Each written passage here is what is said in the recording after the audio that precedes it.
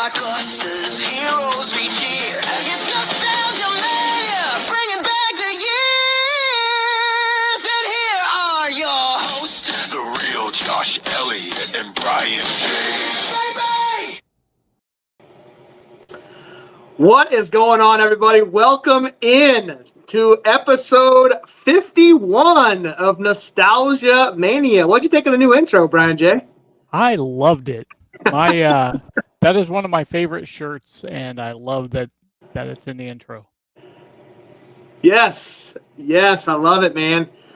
We are one episode away from the 1-year anniversary of Nostalgia Mania, man. I'm excited for it. How about you? We're gonna have cake, maybe. We had cupcakes last week, cake next week. I like it. What are we having tonight is the question. Tonight, we're just gonna have some Hocus Pocus. There you go. It's all a bunch of Hocus Pocus. All a bunch of Hocus Pocus. Yeah, and I figured the theme of this podcast, I put some Halloween decor. We are October 1st. I love It's it. it's crazy, man. This year's kind of flown by. Yes. Very quickly too. Yeah. Well, I say quickly. Lots of things have happened over the years, or over the year, I should say. Oh yeah. But yeah, we're in October. We're almost to Halloween. It's crazy. Seems like I just put up my Halloween decorations outside, and yeah, crazy. So you got all your decorations up now? So I put up a graveyard with orange lights that go around it and around part of the yard, and I put up. Usually that's all until the day of Halloween, and then the Yeah. day of Halloween I usually take off and I put a bunch of other stuff up, and like inflatables, and I have a projector that goes on the house, and then at night we sit in our driveway around the fire pit, and I have a fog machine that's behind the graveyard, and I have a remote for it, so I can just hit the remote and the fog will go, and it goes through the graveyard, and we have usually 100 to 130 kids come through, and I can't tell you how many people have taken pictures in there, because I got the graveyard's actually like legit. Like I took a bunch of plywood, and they're at least like 28 inches tall, about a foot and a half wide. Yeah. It's all good. That's awesome, man. I love Halloween. We got our decorations out as well. Speaking of decorations, Autumn and Alyssa are in the house on Twitch. Well, Autumn's on Twitch. Nice. Alyssa's on YouTube. For those podcast listeners, you can join in each and every week. Wednesday evenings, roughly 8 to 8:30. But I did see this picture. They bought a 12-foot skeleton, which is about as tall as their house. I love it. It's pretty cool. I love it. So, and Alyssa's pumped. Hocus Pocus, her favorite Halloween movie. Man, it's up there for me as well. Yeah, it is definitely up there for sure, man. So again, we're on episode 51. Appreciate everybody for tuning in and listening on the podcast platforms. We greatly appreciate it. We're going to cover Hocus Pocus. But before we do that, let's remind everybody where we were at the last couple episodes. Last week, we went back to 1997 and covered WWF Raw from August 11th, 1997, where we saw the first time D-Generation X, Triple H, Shawn Michaels, Chyna, and Rick Rude align with each other for the very first time. So we the formation, so to speak, of D-Generation X. That was last week's episode. You can go check that out on YouTube at JSD Studios or on the podcast platforms. Wherever you get your podcasts, we're there each and every week. And also, before we jump into this, I wanted to remind everybody, just like we do every other week for every other movie, we are going to have the retro recast. And tonight we are recasting the Sanderson Sisters. Winifred, Mary, and Sarah. Who would you cast as the Sanderson Sisters? Ooh. Who would you cast as the Sanderson Sisters if the movie was remade today in 2025? And I'm not talking about Hocus Pocus 2, because that already happened a couple years ago. We're talking the original Hocus Pocus. So we will reveal our answers and include yours at the end of the show. So if you're watching live, get your answers in the chat. We will bring those up on screen when we get there. And we debuted a new episode or a new segment last week. We're going to continue that trend this week. And we're going to start off each and every show with the Vintage Report.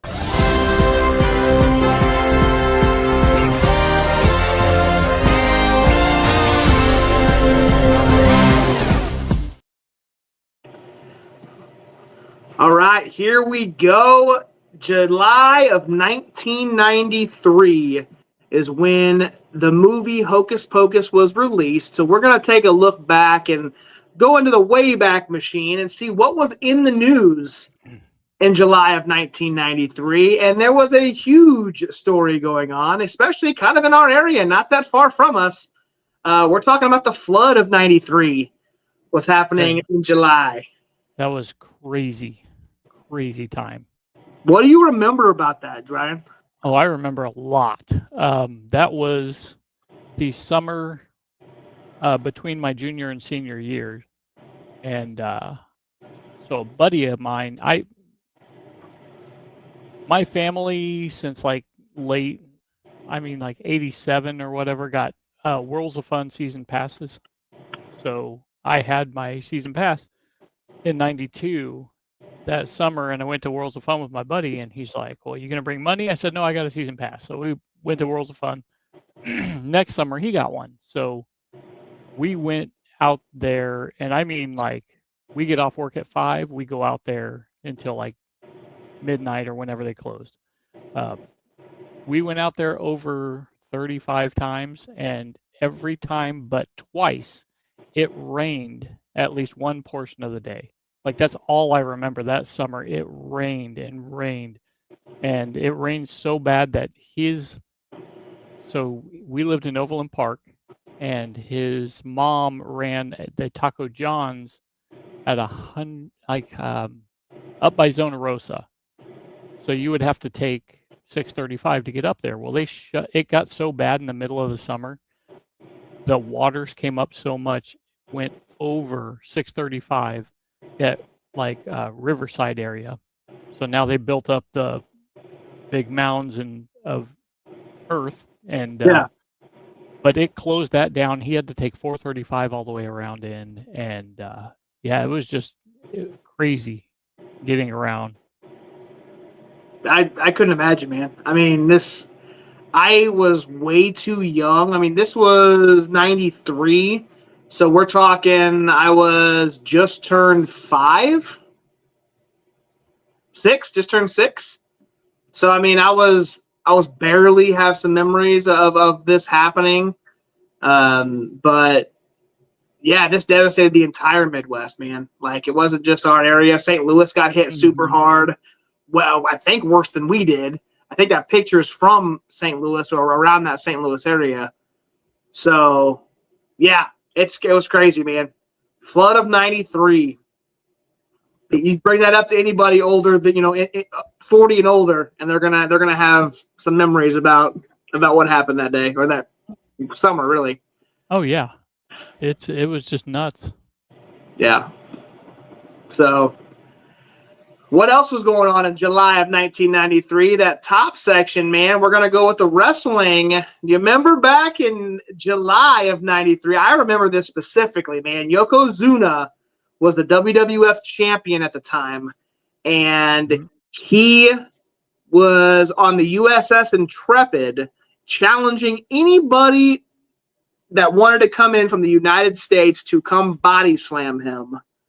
And the one man that was able to come in and do that feat was none other than the total package Lex Luger, or AKA the Narcissist at one point in time. Do you remember this challenge? And then Lex Luger kind of trying to become, at this point, the next Hulk Hogan, because Hogan was kind of at the tail end of his WWF career at this point. And if it worked for Hogan, why wouldn't it work for Lex? I remember hearing about it. I didn't see it though.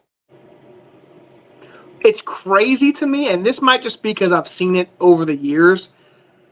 I remember this. I don't remember the flood of 93. Right. Shows where my priorities were as a 6-year-old. I mean, yeah, you were young. The flood didn't really do anything for you. You still had to go to school. So yeah, my school's right down the street. I didn't probably do much of traveling through that summer, but yeah. So Lex Luger body slams Yokozuna. He got a title match at the next pay-per-view. I think it was SummerSlam. So Luger went on to face him at the 93 SummerSlam. Also, man, one of my favorite games on the Super Nintendo, and that is Super Mario All-Stars, was released, which was cool because this was the first time, really any time, that you're able to play all 3 of the original Mario games on the Super Nintendo, on the 16-bit console. but also they released what they called the Lost Levels, which was a totally different game that nobody had ever seen before. And rumor and innuendo, and I don't know if it's been proven correct or not, but they say that was the original Mario Brothers 2 instead of what we got. Interesting. And have you heard that story? I have not heard the story, and I'll be honest with you, I may have played the game once or twice, but if we go back to what my first episode or so when we were talking about NBA Jam. Yep. That's about the time NBA Jam came out. My buddy that I went to Worlds of Fun with all the time, that's also where we spent all of our time is playing that game, NBA Jam. There you go. I don't remember a ton about this game. Yeah, so it was cool. You got to play all the original from the NES, but they released a Lost Level. So if you remember, Super Mario Brothers 1 and 3 were very Mario-esque.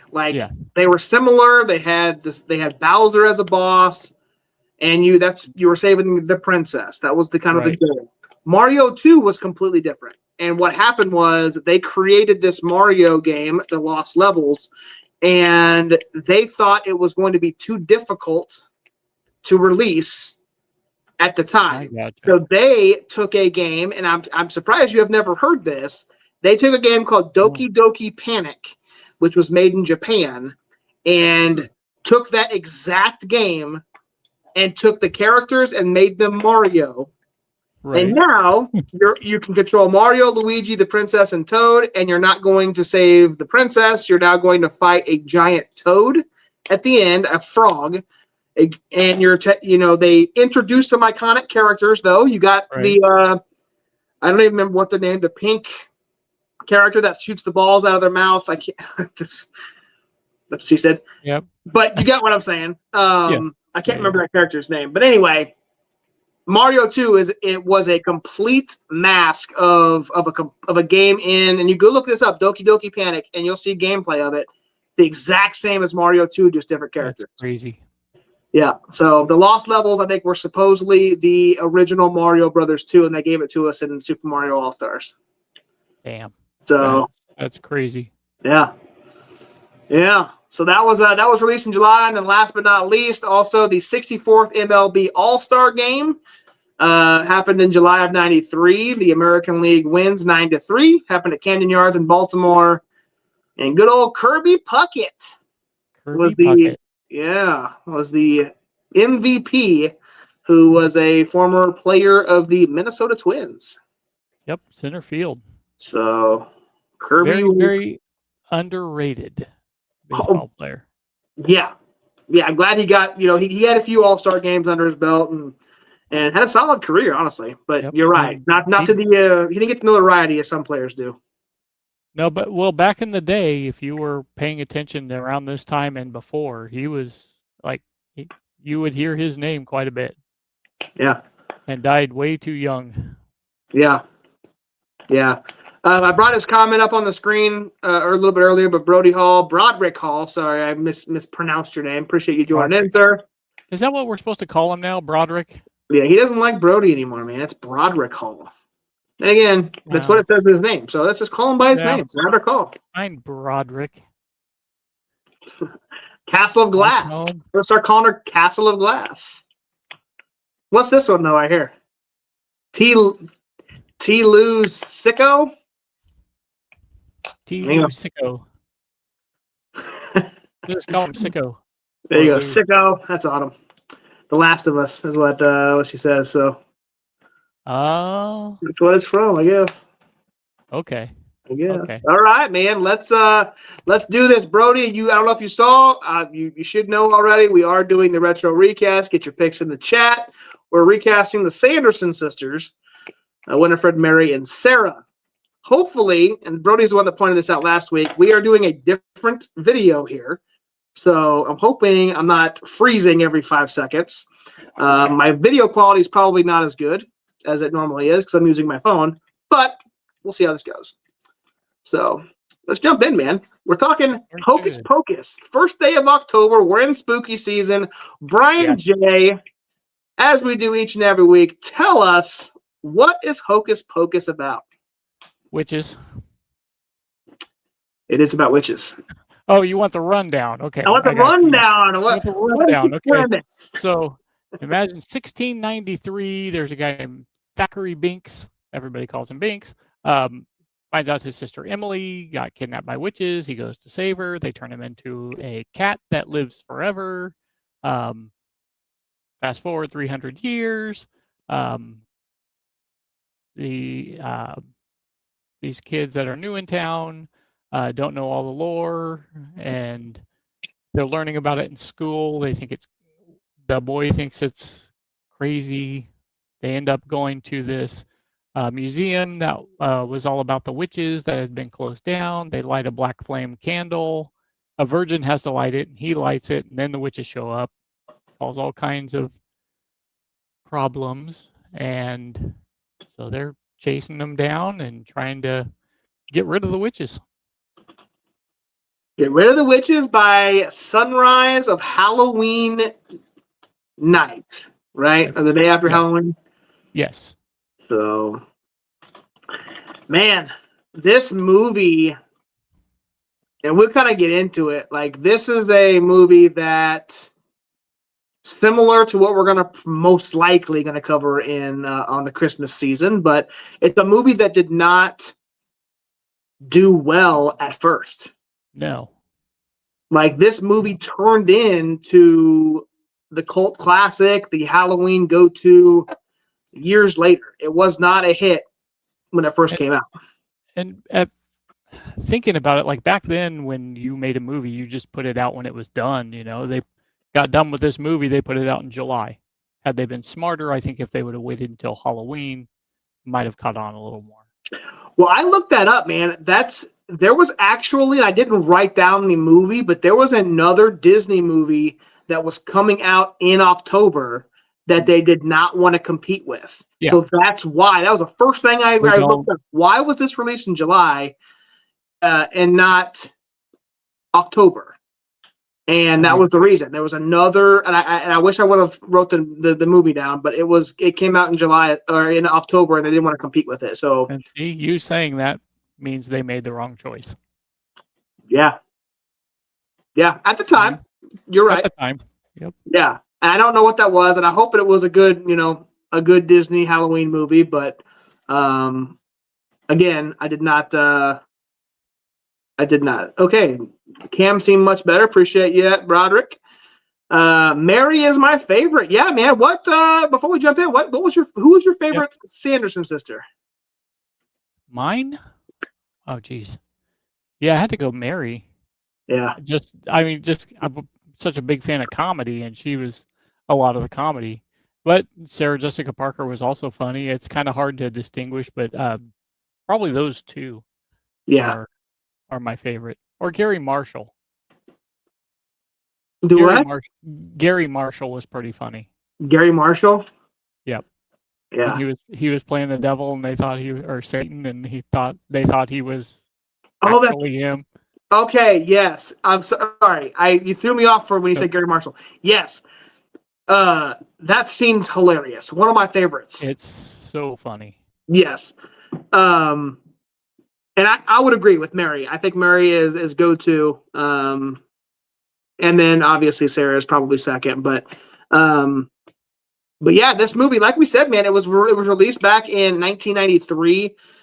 Kenny Ortega was the director, and this movie had a $28 million budget and only made it made money, but it made $48 million worldwide. So it made roughly about twice, a little bit less than twice its budget. So a lot less than a lot of the movies we've covered so far. But I was showing 53 million, but it could be. There's a lot of there's so many sites. Yeah, it's at least they doubled it. Yeah, most sites. Yeah, when I look these up every week, it's like it fluctuates between 5,000.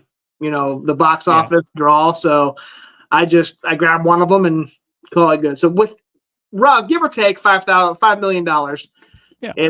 it was where we're at. So, but man, the physical comedy of this movie, of the three sisters, were absolutely phenomenal. Like Bette Midler, Sarah Jessica Parker, and what was it? Kathy Najimy. Kathy Najimy Yep. did a fantastic job with this. And I wanted to ask you what you thought, like, yes, it doubled its budget roughly. What do you think was the reason that this became such a cult classic over the years? It's hard to say, really. It's just kind of like one of those movies, like a movie we're going to be doing on down the line, Clue. It did not do well in the theaters. However, we did it already. But however, as soon as it goes to video, it just took off. I'm not really sure why it became a cult classic. It's very, very good, obviously.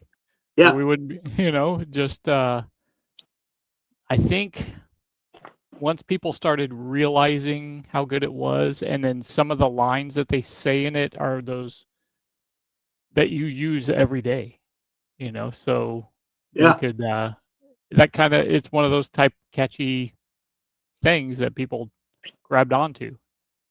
Yep. Yeah, I couldn't tell you either. Why, I from everything I read, it kind of came a staple in the Halloween season about 5 or so years later, and they've never really looked back. It's been a staple, and it's played almost. It's not a 24-hour thing like A Christmas Story is on Christmas Day, but it should be. I mean, yeah, it could be, and people would watch it, and it would get the ratings, I'm sure. Yeah. So before we move on, I wanted to. Autumn kind of brought this up, and she brought up the song "I Put a Spell on You." I wanted to ask you, since you're the music guru of the two of us, which song do you prefer? "I Put a Spell on You," which was sang by Winifred, or Sarah's song "Come Little Children"? Both. I don't. This is too hard. Oh God, man, you got to make me pick. I Put a Spell on You just because it's like a production, and they just go, and it's one of those fun scenes. Everyone's dancing around and has no idea what's going on, and then, so yeah, I think that you got to pick that song. I love it, man. I agree. The production value, the everybody dancing, because when Sarah Jessica Parker sings her song, it's more of just she starts singing it, and then the camera starts panning out, and you see everybody walking. It's not really. It's a good song. It's not as I guess meaningful in the moment, I guess. So if that makes sense. Really quick, we haven't talked about this yet, but I do have a lot of interesting facts about Hocus Pocus. And there are some tidbits I can throw in, but a lot of facts about them filming in Salem that we'll get to later. Yeah, I mean, we could jump right into that if you wanted to. We're gonna we'll keep going. No, okay. Let's do that. Let's jump down through the cast and characters. But before we get into that, there's a lot. There is. And I'm sure, as usual, you're going to have some to add on top of this, but maybe so. I'm trying to think here. I got a note here that this movie not only we say it could have been done better in Halloween. Yes, 100%. Also, yes, not only was a Halloween movie released in the summer, a Halloween movie was released and it went up against one of the best movies. I'm going to not even say it's the best movie of 1993 and possibly one of the best of the 90s. And that's the original Jurassic Park, which was also released in the same month and that movie absolutely killed it in the box office. It did. So you are going to get that's your competition in the box office is Jurassic Park. So take that out, take Jurassic Park out, you may have a better box office draw than 48 million. Sure. So let's jump into the cast and characters. We already talked about the three sisters, Bette Midler, Kathy Najimy, and Sarah Jessica Parker played Mary, Winifred, and Sarah. You had Max Dennison, was played by Omari Katz. Omari Katz. Omari Katz. See, thank you for correcting me. Thora Birch, man, who played Danny Dennison, who just showed up in The Walking Dead. A young Thora Birch. Yeah, I say just a couple years ago. She, yes, very young, very young. Vanessa Shaw was Allison. Doug Jones played Billy Butcherson. And then shout out to Sean Murray, NCIS actor, was the human version of Thackeray Binks. Thackeray Binks. Yep. And he voiced him as well. Yes. But oh man, see that comment? Jennifer Elliott, you can change your name, Miss Irwin. You're not Elliott anymore. I was so close to meeting Max and Allison at Comic-Con. I was feet away from them. God, that would have been cool. That would have been cool. You probably don't want to hear this, but Sarah Jessica Parker in this movie was a gay awakening of mine. I like it. So, who else did we leave out, Brian? Did I leave? That's pretty much it. There's Larry Bagby who played Ice, which is a smaller part, but yeah, that's pretty much it. Give me just 1 second, Josh. I'll be right back. That's fine. Go ahead. So there we go.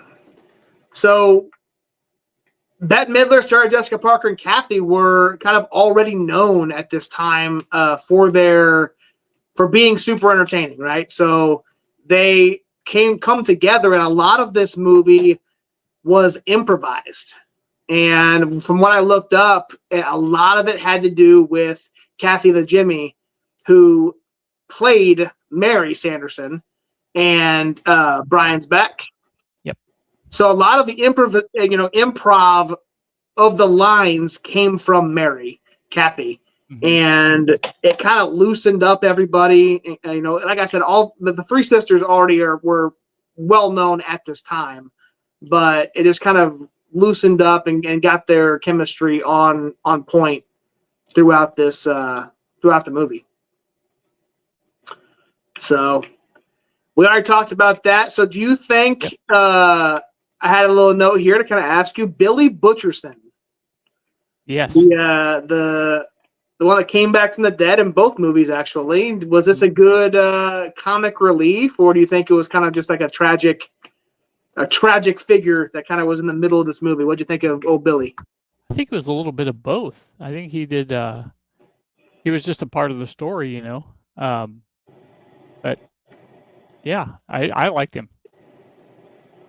Have we mentioned Binks? We did not mention Binks. Thackeray Binks. We did. Yes, we did. We didn't make. I'm assuming he meant the cat. The cat's there, voiced by. I guess Sean Murray voiced him too.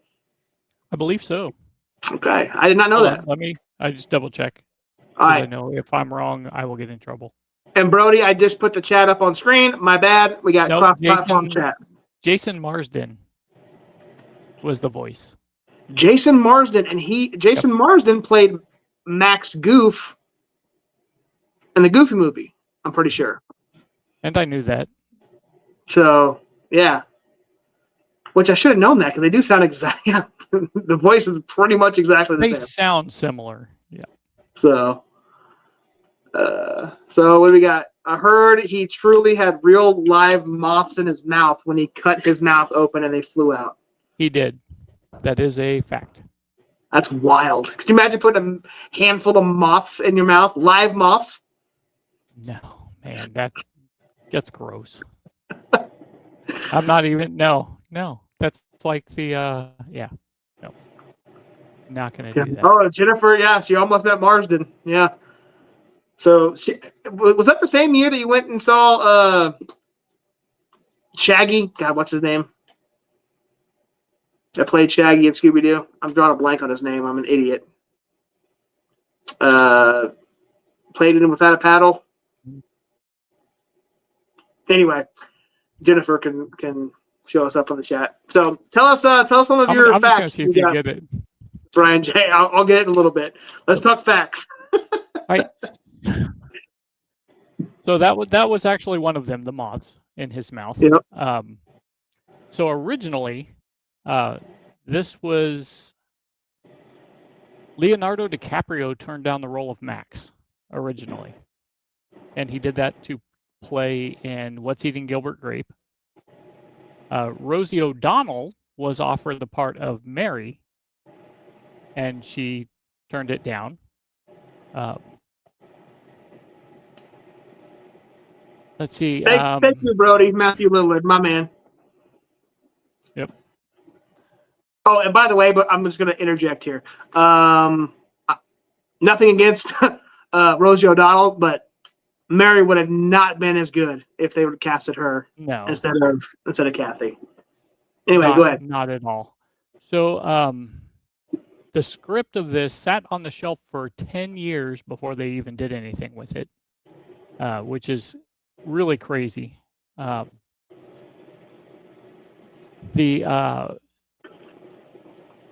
one of the things, where did it go? I had it written down here. It wasn't originally called Hocus Pocus. The original title was Halloween House. Halloween House. Let's see. I'm glad they went with Hocus Pocus. Again, I don't know. So there's so I was going to say there's a lot of this movie. People don't realize that Allison's house, the Max and Danny's house, the town hall, and the village in the beginning of the movie are all in Salem. However, the three Sanderson sisters, the witches, were never in Salem. None of the scenes inside were in Salem. The school that they show them when they're in the school is on a sound studio in California. However, when they walk out of school, that was an actual school, and it's right by the Salem Commons, which we stay at when we go up there at the Hawthorne Hotel, which is like right there. So yeah, it's a lot of people don't know that it was pretty much just the outside of buildings that were shot there. Most of the movie was shot in California on a soundstage. However, there were some scenes there. I think they shot there for like 12 days or something. But it was you just don't think about those things, you know? No, and you said none of the Sanderson sisters went to Salem to film. None of them have been up there to film. However, we were talking about the cast of characters. Yeah. Let me get to this cast of characters, and all of these people came up last year in the off season, so maybe like in August or so. Amari Katz, who played Max, believe Vanessa Shaw, Sean Murray, Jason Marsden, all came up and did like a tour. And there's two tour guides that my wife and I have taken both of their tours. They took them on a tour of Salem now and showed them all of the filming locations and houses and stuff, and they were just kind of reminiscing about it. Well, after they did that, a couple months later in October, they had a weekend that they called "It's All a Bunch of Hocus Pocus," or it's all a bunch of Halloween. They couldn't say Hocus Pocus at the time because it was copyrighted. So they called it It's All a Bunch of Halloween. And so now they'll have that where you can like meet some of the cast. Then they'll have like a showing of Hocus Pocus in the movie theater with them in the audience. And then they do like a question panel afterwards. So it's really cool that they did that last year. And then they're doing it again this year. Just a very cool little tidbit about it. But Yeah, that's awesome, man. That'd be fun to do, like for sure.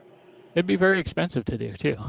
Probably, yeah. I probably would see the cost and may want to backpedal a little bit, but Yeah. I can dream. Just to go to Salem and Halloween, yeah, you're gonna pay like 3 times what you were when we go in the summertime. Right. Right. So that's cool, man. I'm glad you came with all that. That's facts I didn't even know. Had no clue. So that's awesome. But yeah, there was a lot of the outside filming done there. And the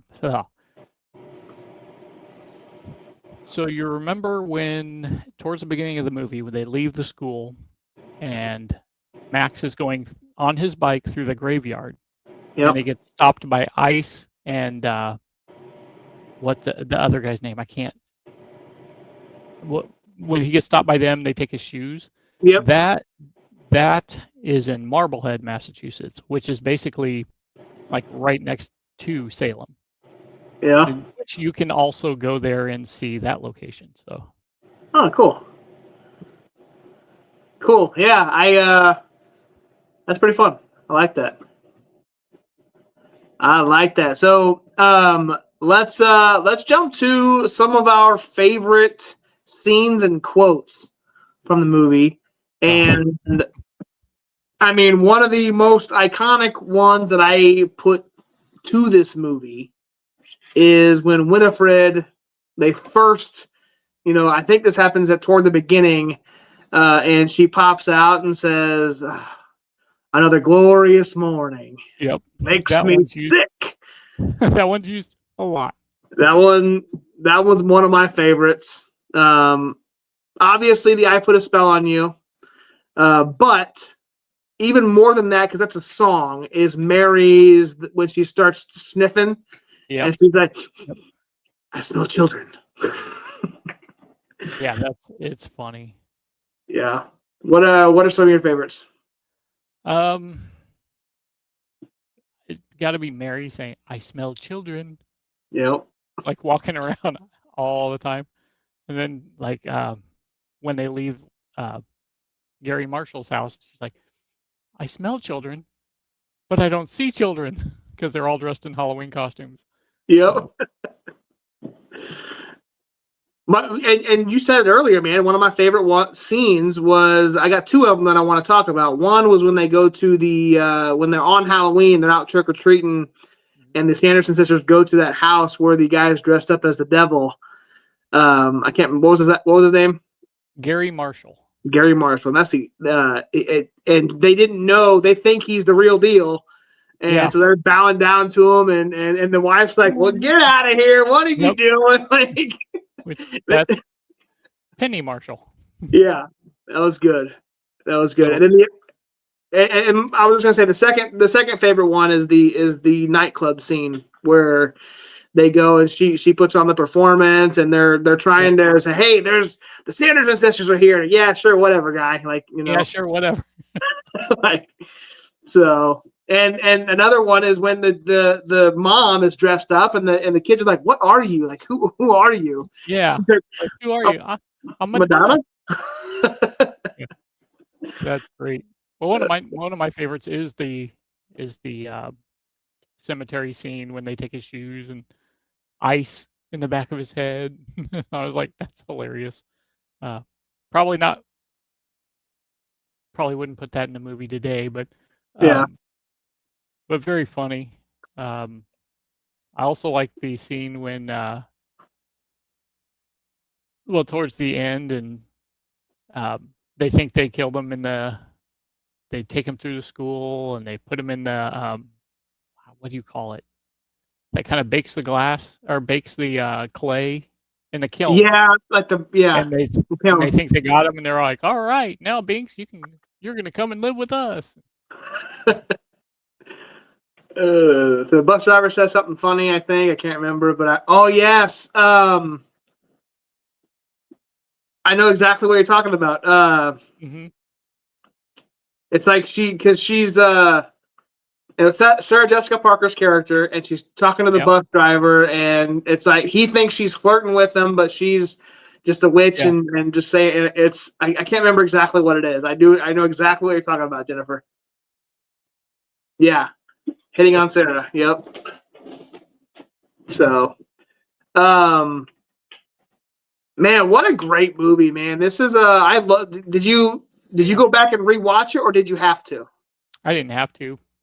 Yeah, I've seen it so many times. Like, this is the first time since we've done this that I have not gone back to rewatch because I've seen it so much. Yep. And I know so much about it that and again, we're gonna watch it probably 4 or 5 times before Halloween gets here anyway. Oh, So, have you seen the second one? yes. What'd you think of it? I didn't think it was that bad, really. I thought it was all right. Good If you continuation. Go in with no expectations, and I thought it was pretty decent. Yeah. I've watched it twice, I think. Have you? I actually took a full year, to be honest with you. My wife watched it, and for whatever reason, we didn't watch it together. I think she went to her sister's house, and all 3 of them watched it together, Right. if I'm not mistaken. And I didn't watch it that year, and I didn't watch it until the following Halloween. So it went a full year without watching it. So I think it's pretty good too. Yeah. Yeah. So Kind of wondering what the third one will be like. I don't think I'm gonna make a third one. Yeah. Are they really? Yeah. I hope they don't like do this so much where they're gonna ruin it. So I got the line. Winifred tells the bus driver that they desire children, and he said, "It may take me a little while, but I'll give it a go." Yeah. That's what it was. But yeah, they are making the third one. And that's for sure. That is for sure. Oh my God. Well, I mean, like I said, the second one wasn't that bad, or wasn't bad at all, really. But I just hope they're not going to overdo this. Honestly, when we start with an iconic movie from the '90s, they bring it back 30 years later, and now they're going to make a third one.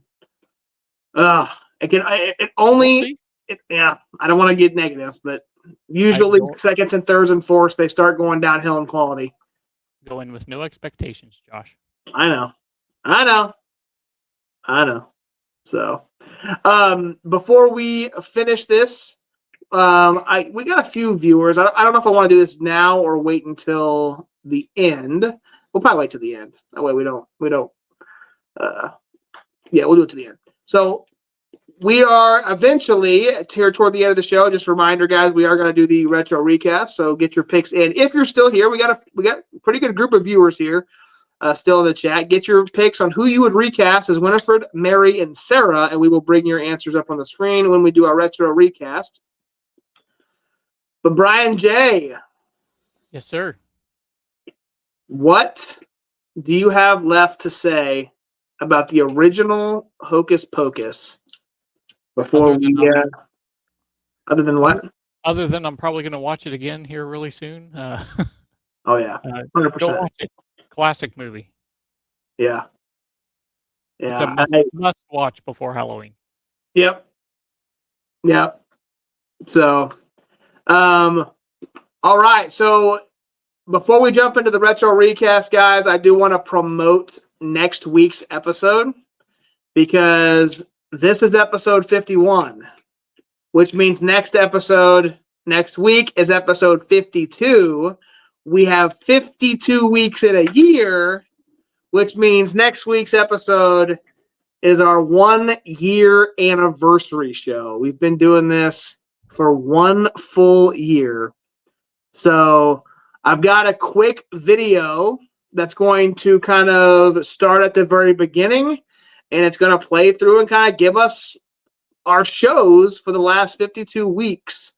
as we lead up here to next week's episode. When we are done with that, we're going to jump right into the retro recast and start rating this movie. So, again, let's take a look at the last 51 weeks of Nostalgia Mania.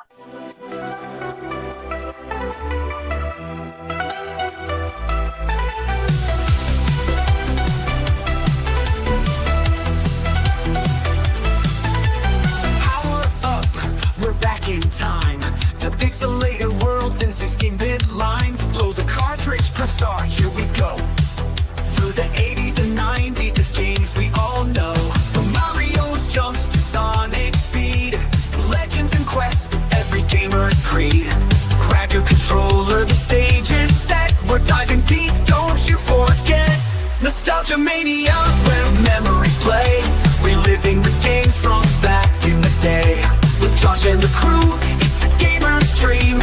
Retro adventures in every stream.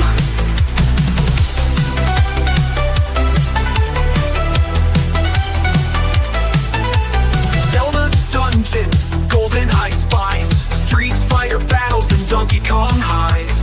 Level by level, we're breaking it down. Every episode's a trip to our hometown. Save points hit, the stories unfold. 8-bit to 3D, the memories we hold. From arcade kings to consoles at home, we're reliving it all, pixel by stone. Nostalgia Mania, where memories play. Reliving the games from back in the day. With Josh and the crew, it's a gamer's dream. Retro adventures at every stream. 80s glow, the 90s flare. Joystick battles and pixel care. Each tale we tell, each laugh we share. It's a gamer's journey beyond compare.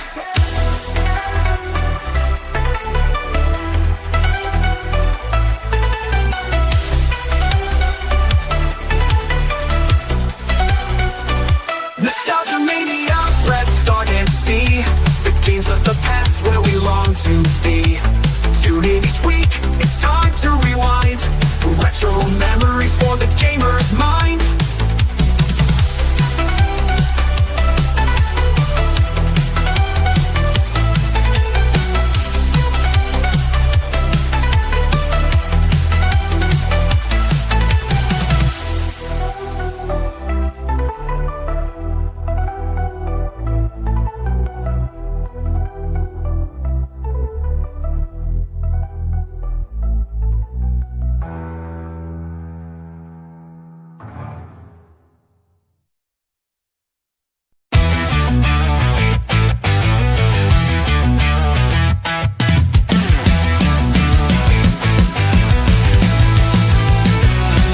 Rewind the time, crank up the glow. Back when Blockbuster ruled the show. From slap bracelets to Saturday tunes, cartoons hit different in neon afternoons. Nostalgia Mania, it's the blast from the past. Radical vibes that were built to last. Trapper Keepers, Lunchables, and Y2K. We're taking you back to the golden day. Nostalgia Mania, press play and stay.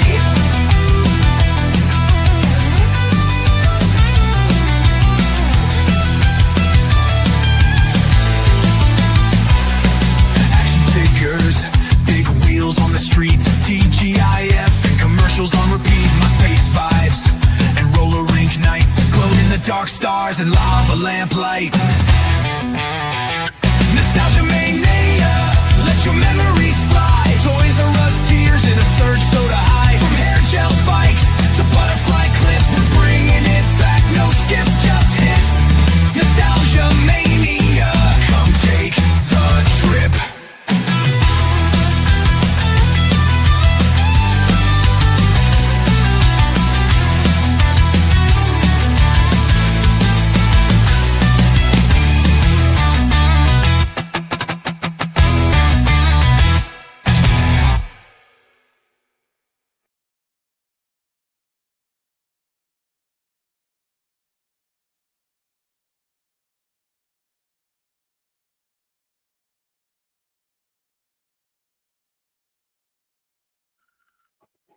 There you have it. Very nice. All of the episodes, man. I didn't forget, but man, I can't believe it's been a year since we talked about Super Punch Out or Mario Kart, Madden. It's been a fun year. I've been and as you can tell, I can never decide on a graphic because every 10 episodes are graphic changed. So Yep, every once in a while. So let's bring the chat back up on the screen. Who else knew 52 came after 51? I did not. I had to Google that. Or actually, nowadays we don't Google things. We just chat GPT it, right? So. Or we just ask Google. I'm saying. I say Google's a boomer term now. I think people chat GPT more than they do Google these days. You ever chat GPT anything, Brian? No. No? I do not. Well. I don't have time. How do you think I come up with all the cool ideas for the podcast?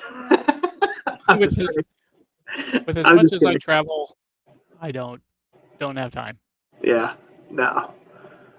I have fun the past 51 episodes, and next week we're going to do kind of a retrospective of sorts. We'll probably let Bryan, because Bryan was not here the first half of Nostalgia Mania, so give him some time to kind of chat about some of the stuff we've already talked about, right? We'll talk about The Legend of Zelda: Link to the Past, which is our inspiration of the logo that I created at the very beginning. Even though we're not really necessarily doing video games anymore, Bryan played games growing up as well, so we're gonna talk about Blockbuster again. We might throw it back to MySpace, the early stages of Facebook, who knows. But we're gonna have to let the chat, since we're not gonna do a movie next week, maybe they just recast Nostalgia Mania next week. How about that? Yeah. So give them to recast the hosts, I guess. So I'm gonna chat GPT the recast. There you go. You better hurry up because we're doing it right now. Yep. So Hurry up, man. We're gonna jump in and do our favorite segment of the week, and that is the retro recap. Idiot! Wrestling's not fake! Run, Forrest, run! Run, Forrest! I'll be back. Hey, Gary, check it out. It's the retro recast.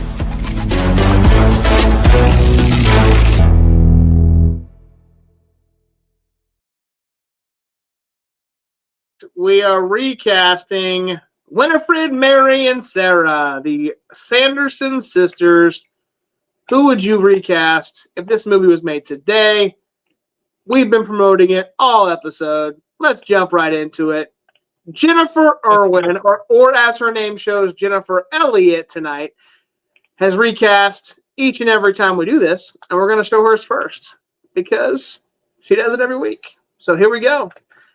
Mary, she's going to use Rebel Wilson. Great choice. Winifred is going to be Julianne Moore, and Sarah is going Margot Robbie. Nice. Yes, I like it. I like the Rebel Wilson choice too. She was definitely on my radar as Mary. So let's go to the chat, which is already there on the screen. You can see, but we'll pull it up, make it a little bit bigger. Brody went with Tina Fey as Winifred. Sarah as Emma Stone, and Mary Melissa McCarthy. So I think he used ChatGPT. You think so? Yeah, he said he was going to. So, Castle of Glass, Alyssa says, totally can see Margot reading Sarah. I like it. Very good choice. Very good. All right, Bryan. That's the only two that I've got. Who wants to go first? Me or you? I can't remember who went first last time. It's been a couple weeks. I don't remember. I think it's my turn. You're trying to go first? I think so. All right, we'll let you go first. Let me know, you want to prep this or just pull it up? Nope, just pull it up. All right, let's do it. I went with Catherine Hahn as Winifred, Melissa McCarthy as Mary, and Amy Schumer as Sarah. And I think Melissa McCarthy's kind of perfect for that role. And if you pick different, I will be surprised. If I pick different, Yes. all right. We will see. Surprised. We will see. I love your Catherine Hahn choice, by the way. Yeah, it was like as soon as you sent me that text, I didn't even open it up, but I saw her name pop up at the very beginning, and I'm like, oh, I know that's Winifred. Perfect she choice. just has that air about her where she can just play that off perfectly. Yes, love it. Yeah, see, Jennifer agrees. Catherine Hahn is genius. Yes, I love it. So I should have been a do casting you director. sit around, like, I know you said you and your wife like kind of talk about this. Do you guys kind of talk about the recast, or Yeah, is it kind of? We do. You should have her. You both do your own. Like, you do one, and then have her submit her second. I would. She would not. She won't recast this movie though. Well, yeah. I mean, it's hard. It's almost impossible. But other ones, I will start doing. Then again, you could. I mean, we did Remember the Titans. That was nearly impossible. It is impossible. Or she could just type it in the chat because she is watching. Oh, okay. Get a Brian J, Mrs. Brian J appearance here. All right, here's mine. Here's mine. And you are correct. Yep. Melissa McCarthy is married. It is. Like you said when we were texting back and forth, there's only a couple of choices. Yeah. I went with Melissa McCarthy. I went with Mary Lynn Rajkub, who played in 24, and I think she would do a great job as Winifred. And then the role of Sarah, I went with Kaylee Cuoco. How do you say it? Cuoco. Kaylee Cuoco from Big Bang Theory to play Sarah. So this is my recast. Like it. But yes, Melissa McCarthy and Rebel Wilson, I think, were the two obvious choices, I think, for Mary. And then the other two, lots of choices for them. So, yeah. So, what's we got here? The only one I'm not fully convinced is Sarah, but the others are really good. And then those are good too. Okay. So, yes, there we go. The retro recast next week. Again, we're not going to have a show. We're going to have a show. We're not going to have a movie to recover. We're going to kind of just go back in time and cover some of the topics we talked about over the last year. May have an appearance or two, special guest. We'll see. So stay tuned for that. It's not going to tell you who, when, why, what, but we may have a third or fourth guest with us next week. We'll see. So tune in, and you'll see who it is. So with that being said, let me probably not going to rank it this time, but we will do the nostalgia score like we always do. Yeah. And where would you put this on your nostalgia rating? I would put it up there at 5. Man, all-time classic. There's not many that get there, but I like it. Not many that get there, but it's got to be. Yeah. Yeah, I don't think I can argue that, man, honestly. I have to go 5 as well. Yeah. This is one of my all-time favorite movies. And yeah, so this is going to be the rare occurrence where I'm going to give you a 5. Normally I'll probably go like 4.5, but I think this is going to be as close to a 5 as I'm ever going to get. Yeah, so I can't give it anything less. Let me my there we go. All right, we got another retro recast here, do we? Melissa McCarthy for Mary, Margot Robbie for Sarah, and don't have a Winnie. Yep. I like it. I like it. So fun episode, man. Yeah. I'm enjoying it. We got a fun October. If you guys have not already seen, we got the 1-year anniversary episode coming up next week. Also, the week after that, we're going to stick with the theme of Halloween movies. We're doing Stephen King's It, the original, with Tim Curry. Then on October 22nd, we're going Beetlejuice. And to round out October, we can't do a wrestling show without doing a Halloween Havoc. and we're doing Halloween Havoc 1997, which actually occurred about 7 weeks after the Monday Night Raw we just covered. So same year. And we'll also do that champions versus champions again. And man, I've already looked it up. I've already got the graphic, and there are some phenomenal matches that would take place if we put together the WCW champion versus WWE champions. And I'm excited to show that because, man, and it never happened before. Could have, but never happened. So I'm not going to reveal that now, but it's a damn good ones. So Brody wants to know when we're doing Ready to Rumble. Ready to Rumble was released, April. I believe. Yeah, it's like spring. Yep. So April. So we were gonna keep dragging you along until April, Brody. I mean Broderick. we've done Slamboree 2000, which kind of ties into Ready to Rumble. I wish we would have done that back to back, like Ready to Rumble, then done Slamboree, but nonetheless, yes, we try to keep it around. Halloween's going to be the exception as far as movies that are released in the different months, just because we're doing Spooky, Christmas probably too.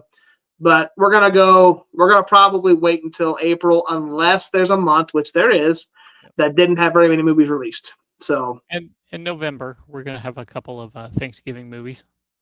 Yes. Dude, I already got one in my head. Me too. That I can't wait to do. So, because I haven't seen this movie forever. Anyway, we'll get to that. Anyway, appreciate everybody for tuning in. We had a lot of action in the chat. I like it. Autumn was in the house. Alyssa, Broderick Hall was here. Jennifer Irwin.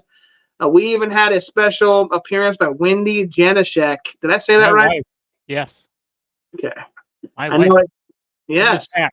Yes, Mrs. Bryan J. I like it. So, appreciate everybody for tuning in. This has been episode 51. Next week is episode 52, the 1-year anniversary.